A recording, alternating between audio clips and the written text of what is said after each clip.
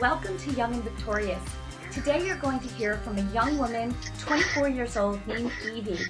Evey struggled with bullying, rejection, depression, cutting, and a homosexual lifestyle.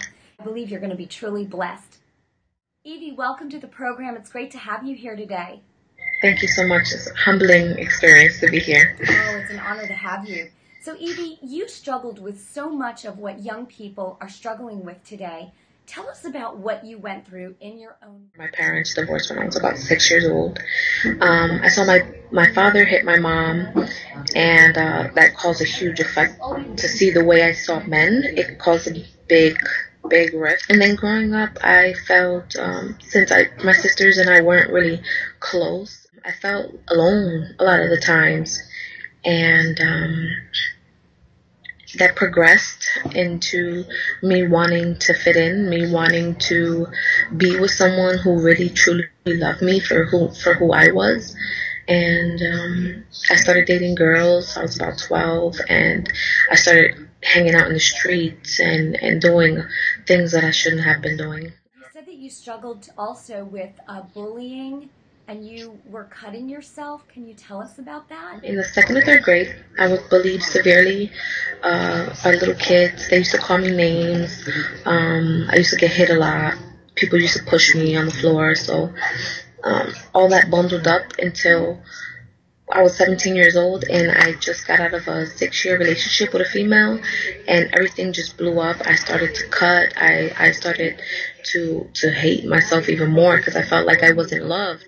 I remember one day I was walking like aimlessly in the hallways, and I had like my cuts were still bleeding. I had them wrapped around tissues, and I was just walking. I didn't even have a destination. I was just walking, just thinking and crying. And suddenly one of the security guards who knew me, he brought me into the nurse's office. And I remember just sitting there crying, and the nurse was trying to talk to me, and she's telling me, it hurts, as if she knew my pain, as if she knew what I was going through. Just talking to me, I know it hurts, and all of a sudden I just broke down, and I don't know, I fell asleep, and then when I woke up, my mother was looking in my face, and that made me want to leave this earth more, because I felt like, I disappointed her in a way. There was something in her eyes that it hurt me, like, so deeply, that I caused her such pain and such hurt. It really, that look that she gave me, I would never forget it. Never. Evey, what was the turning point for you that made you want to change your life and basically start over? Was that it, that day? No, it still wasn't that day. I was still hating myself. My turning point was I was talking to my mother about homosexuality marriages, and I asked her, Mom, if I were to be married with a woman, would you come to my wedding? And she just looked like, no. So I stopped, and I was like, what? Because at that time I was still dealing with women. I was still dealing with females. So something triggered that, and I became angry, and I became hurt all at once, and I ran to my room, and I just started talking to God, and I don't know why, because me and him really didn't have a close connection, so I went in my room, and I started crying, and I'm like, I'm sorry if I'm not who you wanted me to be, I'm sorry if I'm disappointed, if you hate me, I'm sorry. And at that moment, the minute it left my lips, it was just like my room was filled with the presence of God. It's something so beyond you. When it's the presence of God, there's a profound presence, and it's like an immense amount of love and compassion, and it just wraps you. It kind of like it goes through you type of thing. I've never felt this before. It just fills you with so much joy and so much peace. It's amazing. Is that the point that you started to seek after God? Like, how did you find Jesus Christ, and how important was that to your moving on or moving forward? At that time when that happened, I was still dealing with another female that I was with for 2 years. And the next day, I went to church, and that was like the first time I went to church in like so long. And there was a preacher there who I've never met before. I've never seen this preacher.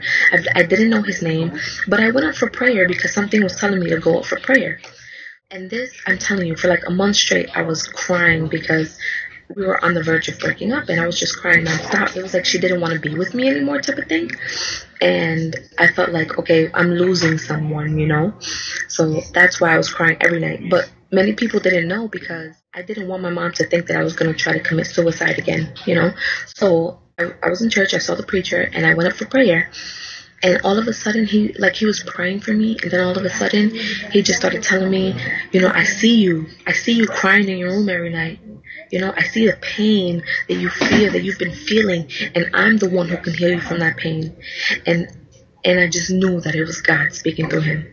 You know, it was just like it was confirmation. Like, you were in my room the other night. You were there. That was you. You know, and then I had joy in Jesus Christ. You know, and that was just that became reality for me, and that's what changed my life. That I wanted to pursue God, and I wanted to be with him, and I never wanted to leave him. I never wanted him to leave me. And the promise that he gave me, that he would never leave me or forsake me, I finally found someone who loves me regardless of whatever I go through, regardless of how I feel, or how I feel about myself, or, you know, whatever I do, that he's still there, that he still loves me, and he still wants to be with me. As soon as that happened, I asked him, you know, if she's not the right person for me, remove her out of my life. And within 2 weeks, he removed her, and I didn't fight it because I knew it was God who was doing these things. And then after a while, it took me about a couple of months to like really transition, to be taught over again. Even the times where I feel bad about myself, where I look myself in the mirror and I'm like, oh, I'm really not that pretty, or, oh, I can't believe, you know, I act like this, or still knowing that I have a God who loves me regardless of whatever he has created me uniquely for his purpose. It is a whole new confidence. It's completely different. Like, I would have a confidence, but it was a physical confidence, you know. Now I have a confidence where I'm a daughter of the Most High. You know, I'm a daughter of a king, and I should present myself as one. Did you ask him to come in and be your savior? Yes, I did. He is my savior. He is my one and only. And I read the Bible as much as I can. I study. I get closer to him, because that's basically what the word is.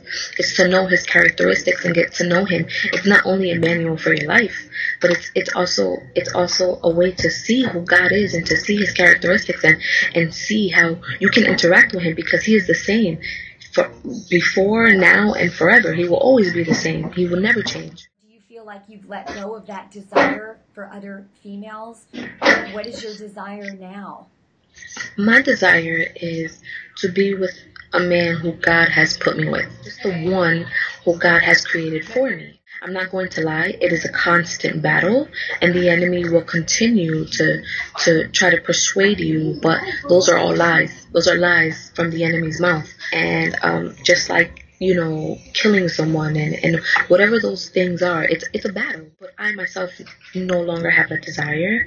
I fight it spiritually, and I believe that God has saved me for someone who we're gonna make an impact on this world. Anyone who's struggling with suicidal thoughts, or homosexuality, or whatever the case is, just know that you have someone who died for you, who is willing to pursue you, and regardless of, you know, who you want to be with, or, you know, who you want to chase after, you have someone who's chasing after you.